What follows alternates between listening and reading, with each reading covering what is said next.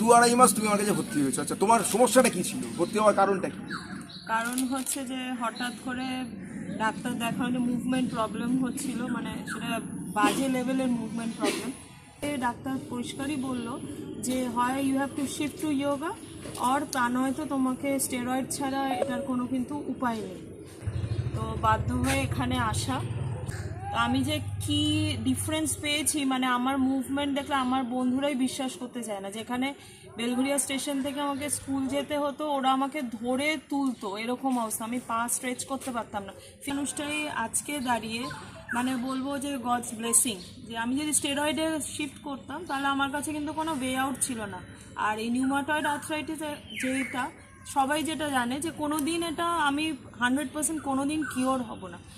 কিন্তু আমি আজকে যেখানে দাঁড়িয়েছিলাম যে আমাকে চাকরি ছেড়ে দিতে হবে, সেই জায়গা থেকে স্যার কিন্তু খুব কিছু যে কমপ্লিকেটেড, যেহেতু আমি একদম বিগিনার হিসেবে জয়েন করেছি, খুব কমপ্লিকেটেড কিছু স্টেপস আমাকে শিখিয়েছে যোগা, সেটা না, কারণ আমি তো পারবোই না।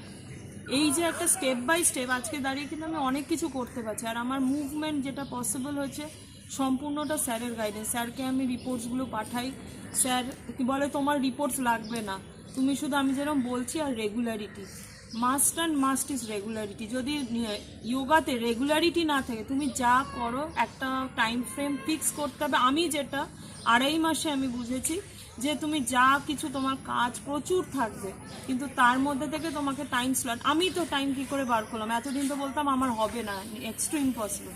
ওই টাইম স্লট করো, স্যার যেরকম বলছে একটা গাইডেন্সের অবশ্যই দরকার আছে। এই যে এখন যেটা শুনি যে ইউটিউব দেখে, আমার বন্ধুরা বলে ইউটিউব দেখে তো করে নিতে পারি, এটা হয় না। সব কিছুর একটা রুলস আছে, একটা সায়েন্টিফিক একটা ব্যাকগ্রাউন্ড আছে। স্যার আমাকে যেটা ইনস্ট্রাক্ট করে দিল আমি করলাম। কিছু ওয়ার্ম আপ আছে যেটা স্যার সব সময় বলে যে এইগুলো করে নিয়ে তবে আমি করতে পারবো। হঠাৎ করে আমি একটা ডিফিকাল্ট স্টেপ ইউটিউব একটা খুললাম, খুব ভালো দেখে নিলাম, করে নিলাম, হয় না সব কিছু ওরকমভাবে।